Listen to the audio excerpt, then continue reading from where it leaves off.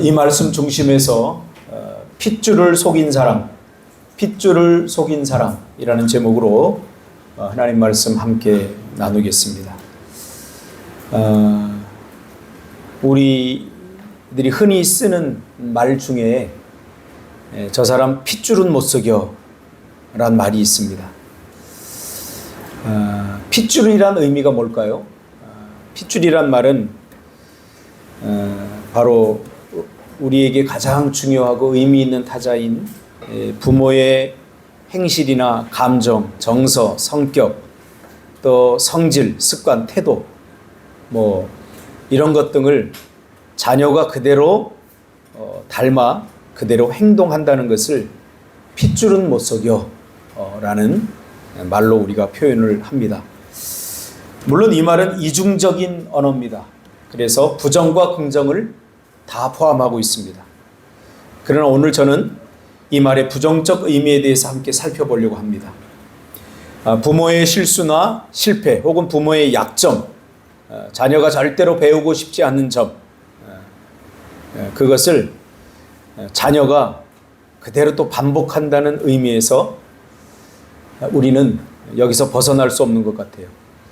여러분들도 자라오면서 분명히 부모님이 나를 낳아주셨고 또 부모님이 나를 키워주셨고 사랑해 주셨고 하는 것을 다 알고 있지만 그럼에도 불구하고 어느 정도 철이 들기 시작하면서 부모님들의 단점과 약점들을 보게 됩니다.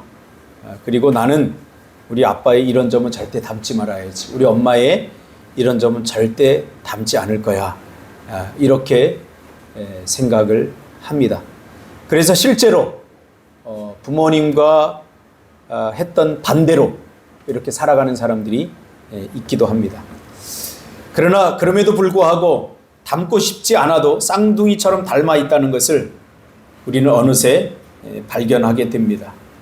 그렇게 싫어했던 아버지의 모습이 내 삶 속에서 드러나기도 하고 그렇게 싫었던 엄마의 모습이 내 삶 속에서 드러나는 것을 보게 됩니다.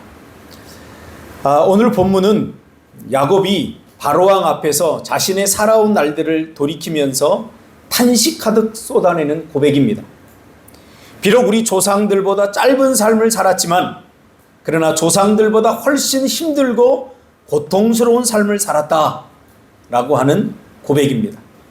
그러면 야곱은 왜 조상들보다 훨씬 짧은 삶을 살았음에도 불구하고 이렇게 험난한 삶을 살게 되었는가?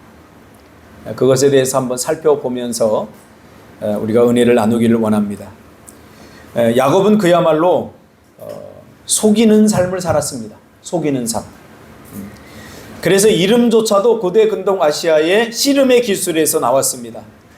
속이는 그 페인트, 이쪽으로 이렇게 힘을 주는 척하고 반대쪽으로 힘을 주면서 사람을 속여서 넘어뜨리는 그러한 씨름의 기술이 야곱이라고 하는 기술입니다. 야곱은 이름처럼 거짓과 또 속임수로 평생을 살았던 사람입니다. 그의 삶의 여정을 살펴보면 정말로 힘겹습니다. 또 이렇게 생각할 수도 있어요. 왜 속이면서 살았는가? 왜 속이면서 살았는가? 그냥 정직하게 살아도 되는데 우리가 이 세상을 살면서 우리도 다 경험하는 일 아닙니까? 속이지 않으면 안 될 순간들이 있고 또 속여야만 되는, 이게 잘못된 것인 줄 알면서도 속일 수밖에 없는, 감출 수밖에 없는 그런 상황에 직면할 때가 있지 않습니까? 그런 의미로 본다면 야곱은 고대 근동아시아에 살았던 사람이 아니라 바로 저와 여러분 안에도 이 야곱의 근성들이 충분히 존재하고 있다는 사실을 우리가 외면할 수 없는 사실입니다. 이 야곱의 삶의 여정을 살펴보면 그렇습니다. 형의 장자에게만 주어지는 축복을 가로채죠. 속여서 가르치죠. 그 가르치는 모든 과정 속에도 이 속임수가 들어갑니다. 그래서 결국은 에서의 노여움을 사서 쫓겨가게 되죠. 도망가게 되죠. 그래서 애삼촌의 집으로 피난을 갑니다. 그래서 그 애삼촌의 집에 가서 결혼을 하는데 결국은 이 결혼 가운데도 여러 가지 속임수가 있습니다. 이제 자신이 속이는 자였지만 삼촌이 야곱을 속여서 레아와 라헬과 두 사람과 이렇게 결혼을 하게 되죠. 그게 어떤 과정인지 여러분들은 잘 알지 않습니까? 그리고 이 삼촌 집에 가서 사촌들과도 심각한 갈등이 일어납니다. 야곱이 정직하게 살았다면 갈등이 일어날 이유가 하나도 없습니다. 성경에서는 기록하고 있지 않지만 그러나 끊임없는 속임과 속임수 가운데 사촌들과의 갈등으로 인해서 더 이상 함께 머물 수 없게 됩니다. 더 이상 갈 데가 없는 거예요. 그러자 이제 다시 귀향을 하게 됩니다. 귀향을 하게 되죠. 야복나루 근처에서 하나님과 겨루게 됩니다. 그리고 에서를 만나는 장면이 나오죠. 자, 이렇게 고향으로 돌아오면 모든 것이 다 끝날 것 같았는데 그렇지 않습니다. 사랑하는 그의 딸, 그가 가장 아끼고 사랑했던 딸 디나가 강간을 당해버립니다. 또 아들, 그 사랑했던 아들 요셉을 잃어버립니다. 그리고 오늘 본문에 요셉과 해우하고 애굽에서 147세, 요셉의 나이 56세, 야곱의 나이 147세의 인생을 마감하게 됩니다. 자, 지금 요셉이 야곱이 죽기 지금 몇십 년 전에 지금 일이 오늘 본문의 배경입니다. 그러니까 야곱이 어떤 상황을 경험하기 전까지 야곱은 정말로 죽을 때까지 삶을 돌아보면 단 하루도 편할 날이 없었습니다. 정말 그의 고백대로 험난했고 그의 평생은 경쟁이었습니다. 왜 그랬을까요? 야곱이 왜 이랬을까요? 결론적으로 말씀드리면 야곱은 하나님의 백성임에도 불구하고 핏줄대로 살았기 때문에 그래요. 핏줄대로. 사도 바울에 의하면 이 핏줄대로를 어떻게 번역하냐면 육체대로라고 번역을 합니다. 핏줄대로 이 말은 육신대로 살았다. 육체대로 살았다. 하나님의 사람도 육체대로 살면 마치 하나님의 도움과 은혜가 비껴가는 것 같은 험난한 삶을 살 수 있음을 우리는 야곱의 전생애를 통해서 보게 되는 거죠. 육신대로 살면 어떻게 됩니까? 죽음의 증상과 죽음의 고난을 껴안고 살아가게 됩니다. 그래서 그의 삶을 몇몇 단어로 요약해 보니까 그냥 우왕좌왕이에요. 경쟁, 편애, 거짓과 속임수, 시기, 질투, 갈등, 타인을 이용하고 두려움과 불안, 기만, 보복, 열등감, 분노, 부당함. 이러한 것들이 계속해서 반복되고 되풀이 됩니다. 이것이 야곱의 삶의 전부예요. 어떻게 하면 저 사람을 속일까? 왜 속일까요? 내가 살기 위해 속이는 거예요. 그러니까 생존을 위해서 산 거예요, 야곱은. 사명을 위해서 산 게 아니라 생존을 위해서 살게 된 거죠. 여러분, 우리가 하나님의 백성으로 살면서 사명을 붙들고 살아야지 생존을 위해 살면 우리는 이러한 경쟁과 편애, 거짓과 속임수, 시기, 질투, 갈등, 이용, 두려움, 불안, 기만, 보복, 열등감, 분노, 부당함, 여기서 벗어날 수 없습니다.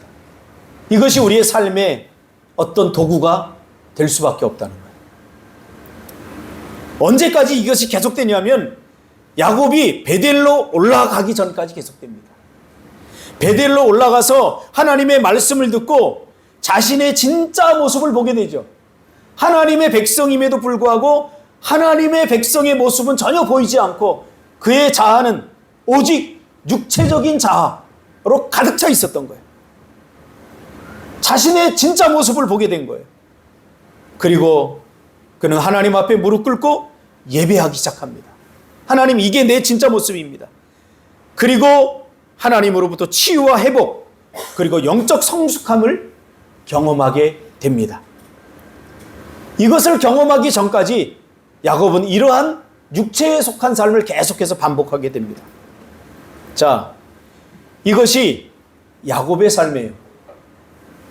자, 그러면 이런 아버지를 둔 아들 요셉의 삶을 한번 살펴봅시다. 이런 아버지 밑에서 어린 시절을 요셉이 보냈어요. 여러분, 아까도 제가 얘기했지만 여러분, 내가 부모님의 그 모습을 닮고 싶지 않아도 나도 모르게 닮는 거예요. 좋은 것만 배우는 게 아니라 좋지 않은 것도 배우는 거예요. 그래서 젊을 때는, 어릴 때는 부모를 막 미워하기도 하고 드러내놓고도 못하지만 안 좋은 면에 대해서 부정하기도 하고 난 절대로 저렇게 살지 않겠다고 다짐하지만, 그러나 여러분, 살아가면서 보니까 아버지의 모습이, 또 엄마의 모습이, 닮고 싶지 않았던 모습이 나온다는 것을 우리는 부인할 수 없는 사실이에요. 부인할 수 없어요. 자, 그러면 이런 정말 이런 삶을 살았던 아버지를 둔 요셉의 삶은 어떨까요? 요셉의 삶도 여러분 만만치 않습니다. 우리가 아버지와 비교하면서 요셉은 그래도 하나님이 도와주셔서 평안한 삶을 살았다라고 생각할지 모르지만, 요셉의 삶도 아버지의 삶 못지 않습니다. 아버지의 편애로 말미암아 형제들의 시기와 질투를 받죠. 그렇죠? 이게 인간의 뼈저린 한계입니다. 인간의 부모도 자식을 낳았는데 어때요? 자식들이 그 사랑을 온전히 느끼지 못하고, 우리 아빠는, 우리 엄마는 나보다 형을 더 좋아해, 나보다 누구를 더 좋아해, 이런 편애적인 생각을, 차별받는 느낌을 받을 수밖에 없다는 거예요. 이게 우리의 삶의 현장이에요. 그럼 이런 것들을 우리가 극복하지 못하고 살면 또 병리적인 현상이 대를 이어서 내 자녀에게도 나타나게 되어 있다는 거예요. 아니, 똑같이 좀 사랑해 주지, 자기가 사랑하는 여인 라헬에게서 났다고 요셉을 특별히 편애한 거예요. 편애적인 사랑을 보낸 거예요. 그러니까 그 모습을 보던 형들은 시기하고 질투할 수밖에 없는 거죠. 그래서 여러분, 우리는 사랑도 함부로 못합니다. 사랑도 함부로 못해요. 누군가를 내가 사랑해 주면 다른 사람들이 시기하고 질투해요. 사랑도 편하게 못하는 거예요. 형제들의 시기와 질투로 죽음의 위기에서 애굽의 종으로 팔려가서 보디발의 집에서 겨우 종으로서 이제 생명만을 유지하게 됩니다. 그러니까 요셉의 이런 삶은 자기가 선택한 삶이 아니라 경쟁적이고 편의적인 부모 밑에서 자란 형제들에게 상처의 증상으로 이런 질투심과 시기심에 의해서 이런 고난의 습격을 받은 것입니다. 팽개쳐진 것입니다. 그러나 하나님은 어떤 경우에든지 간에 우리가 죄로 말미암아 고난을 당하든 아니면 이런 다른 사람의 시기와 질투로 인하여 고난을 당하든, 참 억울한 고난이죠. 내가 선택한 고난이 아니라 이런 부모의 편애적인 사랑으로 인해서 형들이 상처를 받고, 그 상처를 부모에게 복수한 것이 아니라 부모가 가장 사랑하는 그 아들 요셉을 죽이려고 함으로 부모의 가슴에 못을 박으려고 했던 그런 사건이에요. 이 사건. 그렇죠? 이것은 수동적 공격성이라고 심리학에서. 그래서 이제 던져진 채 고난을 당하게 됩니다. 거기서 억울한 일을 당해 감옥에 갇혀서 죄수가 되죠. 그 감옥에서 쉽지 않은 시간을 허송세월처럼 보내버립니다. 결코 짧지 않는 시간을 보내죠. 그리고 꿈을 해석함으로 결국 풀려나게 되고 애굽의 총리가 되는 사건을 여러분 다 아실 겁니다. 이렇게 드러난 삶을 비교해 보면 여러분, 요셉도 육신적으로 보면 결코 행복하고 편안한 삶만을 살았다고 말할 수 없습니다. 요셉도 역시 험난한 삶을 사는 것입니다. 그러나 야곱에게는 없는 하나가 요셉에게는 있습니다. 그것은 바로 하나님과 끝까지 동행했다는 겁니다. 이게 아버지 야곱과 요셉의 인생의 차이를 갈라놓은 사건입니다. 그래서 야곱에게 나타나는 여러 가지 심리적이고 정서적이고 역기능적인 그런 병리적인 현상이 요셉에게는 나타나지 않아요. 저는 이것을 이렇게 해석을 합니다. 하나님의 거룩한 격리. 하나님의 거룩한 격리다. 저 야곱의 병리적인 현상, 저 편애적이고 저 거짓말 잘하고 그 아버지 밑에 이 요셉을 놔두면 요셉도 망가질 것이 뻔한 거예요. 그래서 망가지는 그 모습을 실제적으로 겪게 되죠. 어떻게? 형들이 요셉을 미워하고 시간만 되면 요셉을 죽이려고 하고 그런 곳에서 어떻게 살 수 있을까요? 그러니까 이 모든 것을 하나님이 허락한 것이 아니라 하나님이 허용했어요. 이것은 하나님의 대단한 여유예요. 여유. 어떤 여유냐? 자, 너희들 다 망가뜨려 봐라. 너희들 육신의 것들을 가지고 하나님의 백성들을 다 망가뜨려 봐라. 그러나 나는 끝까지 너희들이 망가뜨려 놓은 것을 나는 회복시킬 것이다. 회복시키는 하나님이시다. 이 여유예요. 여유. 그래서 하나님 직접 개입하지 않고 하나님께서 보이지 않는 방식으로 지금 요셉을 인도하고 계시는 거죠. 그렇죠? 그래서 저는 이것을 하나님의 거룩한 격리다. 나중에 결국 보니까 사랑하는 부모의 보호도 받지 못하고 가정을 떠난 것에 대해서 굉장히 처음에는 요셉이 힘들고 어려운 시간을 보내는 것은 사실입니다. 그러나 나중에 결국 모든 것을 통합해서 생각을 해보니까 요셉이 아버지 밑에 더 있었다면 요셉도 역시 우리와 성정이 다르지 않은 인간이기에 아버지의 이제 철이 들어서 아버지의 약점도 보고 이제 아버지의 부족함도 보이기 시작하면서 보였다는 것은 이미 내 안에 들어왔다는 거예요. 누군가의 흠이 보인다는 것은 이미 내 안에 그 사람의 흠이 내 안에 있다는 거예요. 내가 인식하지 못하는 것은 인식하지 못하면 다른 사람에게 것을 우리가 인식하지 못해요. 그러니까 다른 사람의 허물이 보이고 다른 사람의 약점이 보인다는 것은 그것은 이미 나의 허물이고 나의 약점으로 내 안에 존재한다는 것을 여러분 기억해야 돼요. 요셉에게는 그런 게 없어요. 그야말로 심리적인 영적인 건강함이 있었습니다. 상처를 받으면 사실은 요셉이 더 많이 받았어야죠. 가족에게 버림을 받았잖아요. 그렇죠? 억울한 일을 자기가 하지도 않은 억울한 일 때문에 감옥에서 수년간 갇혀 있었잖아요. 이런 사람이 상처가 없어요. 상처가.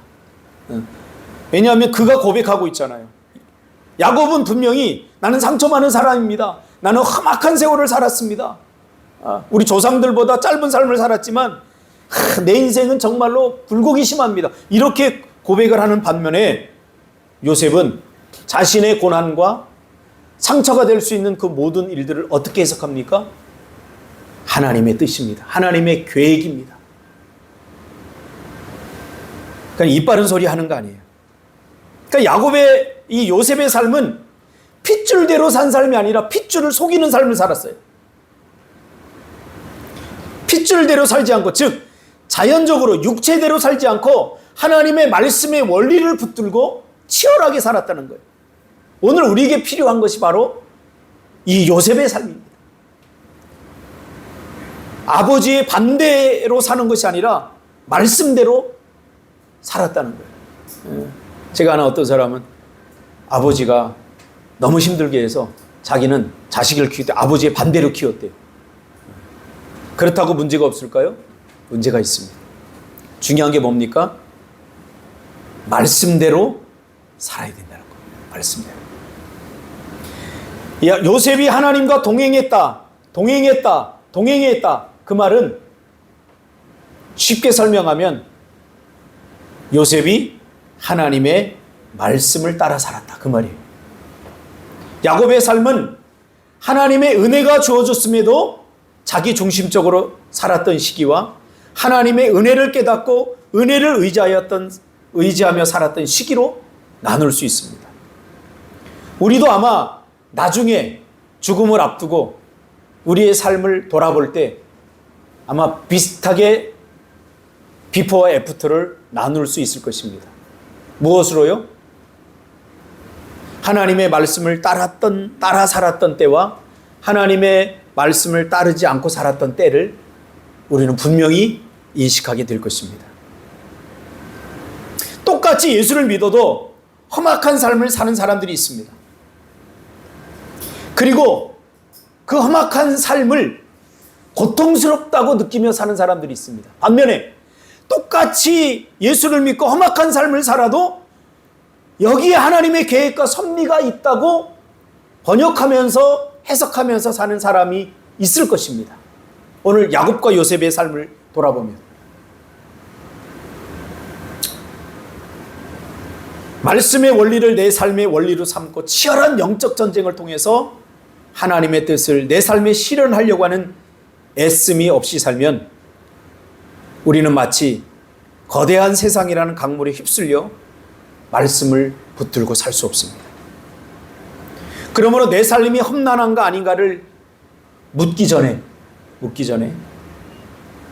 나는 지금 주님과 동행하고 있는가? 나는 지금 말씀의 원리를 붙들고 말씀대로 살려고 치열하게 고민하면서 그 말씀대로 살려고 하는 지향, 그런 간절함이 내 안에 있는가? 이것을 먼저 물어보아야 합니다. 그렇지 않으면 그 삶이 바로 험악한 삶이 되는 것입니다. 험악한 삶. 요셉을 제외한 다른 형제들은 야곱을 빼다 박았죠. 그렇죠? 야곱의 자식들은 과연 야곱다웠습니다. 그러나 유일하게 야곱답지 않았던 사람이 바로 요셉입니다. 왜요? 달랐기 때문입니다. 달랐기. 말씀을 대하는 자세와 태도가 달랐기 때문에 그래요. 여러분, 다른 거 없습니다. 하나님의 백성의 삶을 가르는 그 중심에는 나는 지금 말씀대로 살려고 하는 그 간절함이 있느냐, 아니면 그냥 되는 대로 살아가고 있느냐, 이것이 결정을 짓는 거예요. 다시 말하면 핏줄대로 살 것인가, 육체대로 살 것인가, 아니면 힘들고 고달프지만 성령이 주시는 마음, 하나님의 말씀을 붙들고 살아갈 것이냐, 여기서 결정이 되는 거예요. 여러분, 육체대로 살면 희망이 없습니다. 사도 바울은 이 구약을 전부 다 깨닫고 나서 이렇게 고백합니다. 에베소서 2장 3절에 보니까 육체의 욕심을 따라 지내며 육체와 마음에 원하는 것을 하여 다른 이들과 같이 본질상 진노의 자녀다, 이렇게 고백합니다. 그러니까 야곱은 하나님의 백성, 하나님의 은혜로 하나님의 백성이 되었지만, 그러나 본질상 육체의 욕심을 따라 지내고 육체와 마음이 원하는 대로 했기 때문에 그의 삶은 본질상 진노의 자녀처럼 살았던 것입니다. 로마서 8장 5절에 보면 사도 바울은 이것을 또 이렇게 번역합니다. 육신을 따르는 자는 육신의 일을, 영을 따르는 자는 영의 일을 생각하나니 육신의 생각은 사망이요 영의 생각은 생명과 평안이니라. 그러면서 12절에 그러므로 형제들아, 우리가 빚진 자로 돼 육신에게 져서 육신대로 살 것이 아니라 너희가 육신대로 살면 반드시 죽을 것이라되 영으로서 몸의 행실을 죽이며 살리니 무릇 하나님의 영으로 인도함을 받는 사람은 곧 하나님의 아들이라. 여러분이 직면하고 있는 많은 일들, 힘들고 어렵고 고난, 그리고 상처, 아픔들, 이것들을 극복하고 이겨내면서 살 수 있는 길, 희망의 길은 바로 말씀대로 사는 삶입니다. 다시 돌아와야 됩니다. 어떻게 말씀대로 살아? 그 결과에 서는 것이 아니라 지향해야 됩니다. 저는 그런 의미에서 때로는 하나님이 우리를 요셉을 야곱에게서 격리시키듯이 하나님이 격리시키는 것이 아니라 이런 우리가 만들어 놓은 이러한 일들을 하나님께서 선으로 만드신다는 것을 믿습니다. 요셉처럼 말이죠. 갈라디아서는 이것을 이렇게 또 이야기합니다. 갈라디아서 5장 16절, 내가 이르노니 너희는 성령을 따라 행하라. 그리하면 육체의 욕심을 이루지 아니하리라. 성령을 따라 행하는 삶. 이것은 구약의 버전에 보면 하나님과 동행한 삶이에요. 요셉의 삶과 일치합니다. 그러면서 이렇게 마무리합니다. 갈라디아서 6장 8절 9절. 자기 육체를 위하여 심는 자는 육체로부터 썩어질 것을 거두고 성령을 위하여 심는 자는 성령으로 영생을 거두나니 우리가 선을 행하되 낙심하지 말지니 포기하지 아니하면 때가 이름에 거두리라. 그러면서 10절에 그러므로 우리는 기회에 있는 대로 모든 이에게 착한 일을 하자. 여기서 착한 일은 도덕적이고 윤리적인 그런 선을 말하는 것이 아니라 여기서 말하는 착한 일은 성령을 따라 사는 삶을 사도 바울은 착한 일이라고 번역을 합니다. 우리 안희수 집사님, 공경원 집사님이 좋은 집으로 이사를 했어요. 그래서 제가 이사하는 날 가서 이렇게 보러 갔는데 뭐 이렇게 조금 거들었어요. 거들고 하는데 그 이삿짐을 나르러 온 사람이 우리 박준석 장로님 회사의 직원이더라고요. 무슨 이야기를 하는데 제가 뭐 하고 있는데 동경원 집사님하고 그 직원이 막 뭔 얘기를 하는 거예요. 박 차장님 나이가 몇 살이에요? 뭐 이러면서 뭐 오고 가는 거예요. 그래서 그 이야기를 딱 듣는 순간 나이를 묻는 사람들은요, 그 나이를 그냥 가르쳐 주면 안 돼요. 그래서 나는 눈치를 딱 채고 나이 좀 있어요. 이렇게 내가 얘기를 했는데 그만 나이가 폭로돼 버렸어요. 그러더니 이러는 거예요, 그 사람. 무슨 얘기냐면 우리 박준석 장로님이 나이가 젊어요. 차장 그 팀장급 하기에는 나이가 젊은데 이 직원들이 나이 많은 직원도 많고 그러다 보니까 사람 직원들이 이렇게 어려 보이고 그러니까 묻나 봐요. 나이가 몇 살이에요? 그러니까 나 나이 먹을 만큼 먹었어요. 그러니까 몇 살이냐고. 그 직원한테 몇 살이에요? 그러니까 40 몇 살이에요? 그러니까 비슷해요. 이랬나 봐요. 비슷해요. 이랬나 봐요. 그러니까 이제 나이가 폭로가 되니까 아무리 동안이라도 좀 나이를 속이면서 그렇게 해야 되나? 뭐 이러면서 이제 투덜투덜하면서 나한테 뭐라고 그러더라고요. 그래서 내가 한마디 했어요. 내 아들이에요. 그랬어. 내 아들이에요. 그러니까 나를 딱 보더니 저렇게 큰 아들 둘 것 같지는 않은데 근데 또 그런 눈치로 이렇게 쳐다봐요. 제가 무슨 말을 하려고 하냐면 이것이 우리의 삶의 현장이에요. 속일 수밖에 없어요. 속여야지 되는 거예요. 왜냐하면 속일래서 속이는 게 아니라 다른 사람들의 삶의 방식이 속이는 것이기 때문에 속이지 않으면 무시당해요. 속이지 않으면 가볍게 여겨요. 이것이 우리의 삶의 현장이라고요. 그래서 혹여 우리가 이 정도쯤은 속여도 돼. 뭐 이 정도쯤은 그래 대충 넘어가도 돼. 그러다 보면 다 모든 것이 무너질 수 있다는 거예요. 저도 그래요. 저도. 누가 뭐 이렇게 하다 보면 목사님이죠 이렇게 물어봐요. 축구할 때 특별히. 이제 축구할 때 예수 안 믿는 청년들하고도 이렇게 하거든요. 그러면 목사님이죠 이렇게 물어보는 이유는 뭐냐면 목사님답게 축구하세요 이런 거예요. 조금 공도 좀 이렇게 너무 따라다니면서 뺏으려고 하지 말고 내가 슛할 때 좀 피해도 주기도 하고 좀 양보도 하고 그러면서 하세요. 이제 그런 의미가 담겨져 있는 거예요. 목사님이죠 이렇게 물어보는 거예요. 예수 믿죠? 이렇게 물어보는 것도 똑같아요. 그러니까 분리하면 목사, 분리하면 장로, 분리하면 뭔가 이게 나오는 이게 삶의 방식이라는 거예요.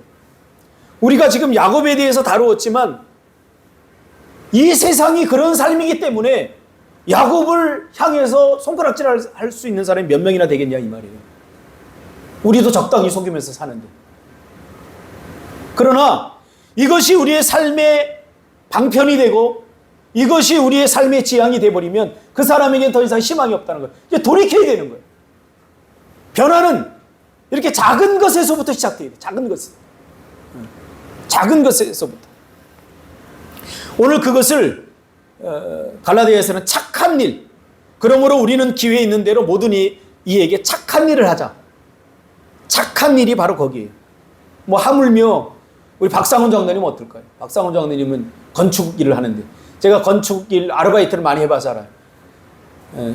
거기에 언어는 다 욕이에요. 건축 현장에서 죄송합니다. 제가 뭐 건축하는 사람들 비하하는 게 아니에요. 전부 다 욕이더라고요. 막 좀 드세더라고요. 아니 이 세멘트 좀 갖다 줘. 이렇게 해도 되는데 제가 대학 다닐 때 했는데 야 새끼야 이렇게 불러요. 먼저. 그러니까 사람 취급도 안 하는 거예요. 이거 너 2시간 동안 저기까지 벽돌 안 올리면 너 한 푼도 안 줄 거야. 뭐 지가 돈 주는 것도 아닌데. 그러는 거예요. 그래서 어떻게 해야 돼요? 좀 센 척 해야 돼요. 야 이 새끼야 그러면 왜 이 새끼야 이렇게 해야 돼. 아니 야 이 새끼야 그러면 왜 이 새끼야 그게 아니라 더 큰 욕이 나가야 그쪽에서 꼼짝 못해. 이게 우리의 삶의 방편이에요. 응? 저쪽에서 야 새끼야 그러는데 내가 예 알겠습니다 그러면 그 다음부터는 더 만만하게 봐요. 이것이 우리의 삶의 현장이라고. 여러분 우리 지금 은찬이와 인이가 여기 나와서 교회에 와서 그랬어요 안 그랬어요 막 이렇게 해서 좋은 말 쓰지만 그거 굉장히 좀 가슴 아픈 일이에요. 학교에 가서 저렇게 쓰면 다 왕따 당해요. 저런 말씀. 학교에 가서는 다 욕을 써야 돼. 전부 다 욕을 해야 돼요. 그래야 왕따 당하지 않고 쉽게 대하지 못해요. 이게 우리의 삶의 방편이라는 거예요. 그러니 인이가 맞다고 막 환희를 막 띠잖아. 그러니 엄마 내가 욕해도 봐줘 막 그런 표정이잖아. 근데 우리는 또 욕한다고 부모들이 또 뭐라 그러잖아요. 그러니까 아이들의 삶의 현장을 우리는 너무 모르는 거예요. 신앙과 우리의 삶의 괴리가 이렇게 커요. 여러분 저에게 이 설교 시간에 욕한다고 나한테 뭐라고 그러지 마세요. 여러분들도 욕하고 살잖아요. 그렇잖아요? 욕 안 해본 사람, 욕 안 해본 정선미 손 들어. 없잖아요. 다 욕해보면 살잖아요. 자, 여기서부터 시작하자는 거예요. 우리의 신앙을. 여기서부터 인정하고 뭐 자꾸 뭔가로 자꾸 치장하려고 하지 말고 본질이 바뀌었다는 사실을 기억하자는 거예요. 우리는 선한 일을 하기 때문에 선한 사람이 아니라 하나님의 은혜로 선한 사람이 된 거예요. 우리가 새로워진 것은 내가 새로운 삶을 살기 때문이 아니라 하나님의 은혜로 전혀 새롭지 못한 사람들이 새로운 사람이 된 거예요. 우리가 하나님 앞에 영광 돌릴 수 있는 건 뭐예요? 도저히 새로운 사람이 될 수 없고 착한 사람이 될 수 없는 나를 하나님의 은혜로 착한 사람, 선한 사람이 되게 했으니 보답이라도 요만큼 해야 되지 그것이 아니에요. 그렇죠? 오늘 이 야곱의 삶을 들여다보고 요셉의 삶을 들여다보면서 어떤 사람은 그렇게 생각할 수 있어요. 거짓말 안 하고 못 살아요. 그렇죠? 이제 당장 가면 그 직원 등치도 좋던데 한 120kg 나갈 것 같던데 이제 박준석 장로님 보고 그럴 거예요. 젊은 사람에게 속이고 그래. 이거 뭐예요? 부하 직원인데도 불구하고 나이로 먹고 들으려고 할 거예요. 오죽하면 제가 군대에 있을 때요. 제가 이제 보급병이었는데 2등병이에요. 2등병이 보급병 하면 개나 소나 다 무시해요. 그래서 이렇게 보급을 나눠주면 있잖아요. 나눠주면 그대로 안 받아요. 야, 이것밖에 안 줘. 좋은 거 줘. 그러면서 막 욕하고 막 그래요. 부당하다고 막 뺏어가고 그래요. 그래서 저는 2등병 때부터 하사계급장을 달고 다녔어요. 모자를. 처음부터 다른 게 아니라 이걸 하나 달고 다니니까 너무 힘든 거예요. 그러니까 제 사수가 웃더니 안 힘드냐? 그러더라고요. 안 힘듭니다. 그랬더니 내가 다 알아. 다음부터 병장 달아줄게. 그랬더니 휴가 갔다 오더니 병장 모자를 하나 줬어요. 병장 모자를 쓰고 이제 2등병 때부터 다니는 거예요. 그러니까 뭘 나눠주면 2등병, 1병, 상병들은 건들지도 못해. 뭐라 그러면 야 가져 이러면 끝나는 거예요.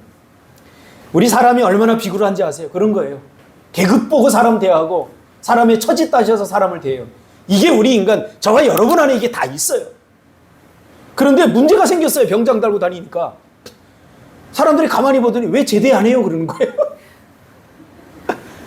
왜 제대 안 해요? 그러는 거예요. 그래서 그 다음부터는 하사 모자를 쓰고 하사 모자를 쓰고 다니는 거예요. 이렇게 우리가 처신을 해야 돼요. 속여야 되고 뭔가 감춰야 되고 뭔가 거짓말해야 되고 그렇지 않겠어요? 박상훈 장로님이 저렇게 착하고 감성적인 장로님이 가서 예수 믿는 거 알고 뭐 하다 보면 다 우습게 할 거예요. 다 나이가 많은 사람들인데. 그러면 어때요? 욕이라도 한마디 해야죠. 그래야 살아남죠. 이것이 정말 치열한 우리의 삶의 현장이라는 거예요. 육체대로 살 수밖에 없는. 그런데 우리 다시 한번 생각해 보자는 거예요. 그렇게 사는 삶이 희망이 있느냐 그 말이에요. 사도 바울이 얘기했잖아요. 그럼에도 불구하고 요셉처럼 살아야 된다는 거. 그렇게 삶을 살면 생존은 하겠지만 어떻게 사명을 이룰 것인가? 하나님 주신 사명을 어떻게 이룰 것인가에 대해서는 우리가 더 이상 할 말이 없다는 거예요. 여러분, 그래서 고달파도 힘들어도 사람들이 나를 네가 목사냐라고 말해도 그래, 목사가 요것밖에 되지 못하지만 그래도 나는 목사다. 포기하지 않고 말씀대로 살려고 하는 거룩한 몸부림을 포기해서는 안 된다는 거예요. 요셉처럼. 여러분, 주위를 돌아보세요. 행복해 보여도 절망으로 가는 길이 있고 보이는 눈에는 잘 나가는 것 같으나 그쪽 길로 가서는 안 되는 길이 분명히 있습니다.